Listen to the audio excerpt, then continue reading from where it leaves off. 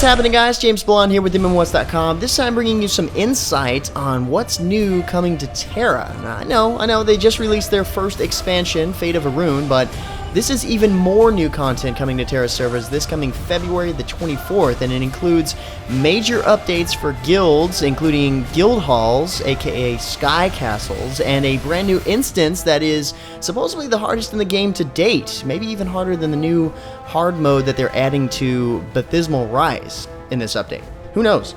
But anyway, last week I got a chance to hop into the private servers with Tera's producer, who we all know as Tree Shark, and look at the brand new Sky Cruiser Endeavor dungeon, as well as what's in store for guilds, including the new epic Skycastles that we've been seeing recently. Unfortunately, though, I can't show you guys the footage from that particular event, but I can show you guys some of the footage that they provided and tell you all about it. So starting off, like I mentioned, we got to check out the new Sky Cruiser Endeavor instance, and it's pretty cool the story behind what's actually going on here. So for those of you who are currently exploring Northern Arun, know that you took the Valkyrian Federation's most advanced skyship, or Sky Cruiser, to the northern continent to land at Savage Reach and start fighting against the Archdivas. Well, this new instance is a prime example of what happens when your advanced airship gets hijacked by the Archdivas and turned around and sent right back at you with the hardest boss in the game on board. Yeah, that just happened. Now, I've got to admit, one of the cool aspects of the new expansion's dungeon is there isn't a lot of trash mobs that you have to deal with, and you get to the bosses within the dungeons really quickly, and this new dungeon is no exception. It's set up just like that. After you leave the first room, you see the first boss called Perimos, but here you don't actually get to fight him just yet, but instead have to deal with several minion waves that he sends at you, which in itself gets pretty brutal if you don't have the right group. Like I said, this is the hardest dungeon in the game. It's level 65 plus, so these waves get really tough, and if you don't clear the first wave, guess what? They start piling up on you. Isn't that nice? But once you get through that and get further into the ship, into the engine room, you then get to take on Perimos in his final form, where he basically just tries to kill you himself. And this is the huge BAM that you see in the recent trailer, who takes off his right arm and then tries to use it as a mallet to smash you with. Great use of the arm. Most of the time effective.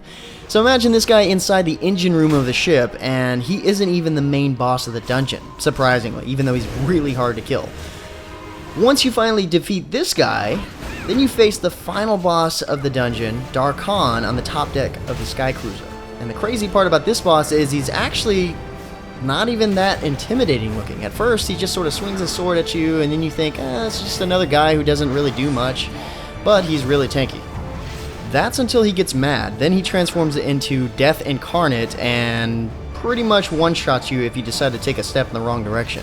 That actually happened while we were in the demo, honestly. Our entire team got one-shot towards the middle of the fight, and we actually had the best gear and skills setup possible. So he starts to show you, once he gets mad, why he's the big bad boss of this dungeon. With this guy, it all comes down to learning and team skill. Otherwise, it's not going to happen. This dungeon is definitely made for players looking for a challenge, and if that doesn't suit you, you can always try to attempt it on hard mode. And of course, by successfully surviving this dungeon, you do get some sick rewards. In fact, the gear has been pushed a little further in this update. Certain gear sets now have been unlocked that become even more powerful, beyond just the plus 12 and onto plus 15. And even visually, the weapons, in this case, get a sick set of, I don't know exactly how to describe them, I guess plasma-looking wings. And on the Reaper, you know that's got to be cool looking.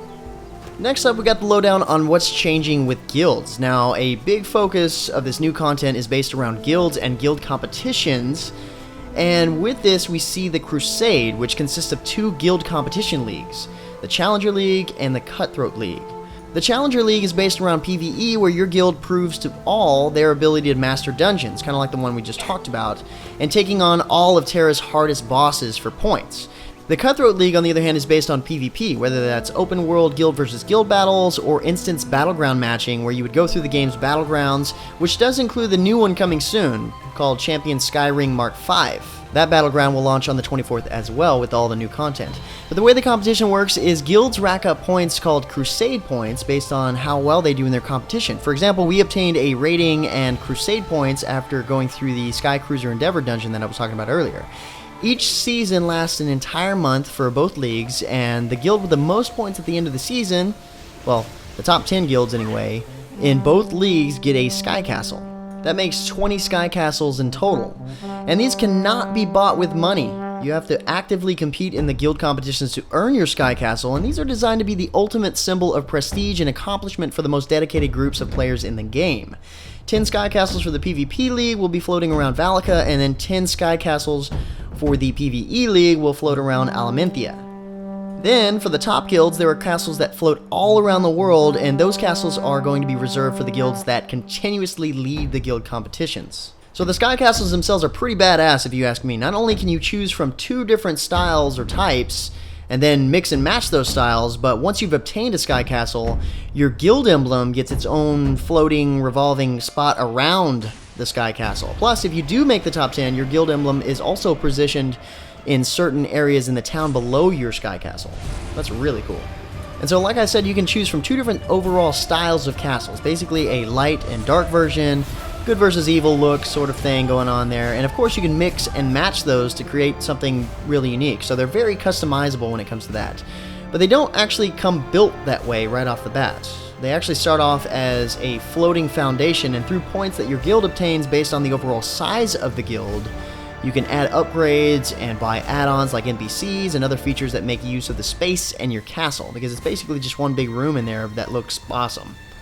But with this, they've created a brand new UI that is specific for customizing and configuring your Skycastle. This is something that the Guildmaster can manipulate exclusively.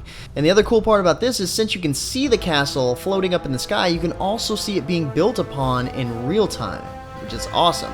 So these things are overall cooler than I had first imagined they would be, but there's still a catch. Like I mentioned, each season lasts a month, and if you don't maintain a spot in the top 10, your guild then loses the Skycastle. So you sort of have to commit to it.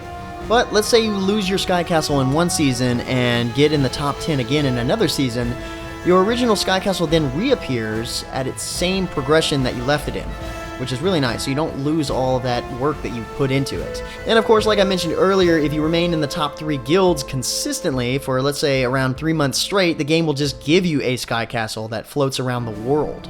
Because, let's face it, at that point, you've earned it. But anyway, guys, that's about all they had to show me during the demo. Like I mentioned, all this new content is hitting the servers on the 24th of this month. Of course, nobody will have a Skycastle yet because they have to go through Season 1 of the Crusade, but now might be a time to start finding a guild if you don't already have one, and also try to take on the new Sky Cruiser Endeavor dungeon. They also plan to release another dungeon sometime soon called Dreadspire, which is basically a Tower of Nightmares plus all of Tera's hardest bosses in one spot. Thanks for watching, guys. Look for more information about the new update provided from the links in the description below, including a detailed write-up about the new content and the MMOHuts game profile. But until next time, guys, that's going to be it from me. I'm James Blonde. See you out there, gamers.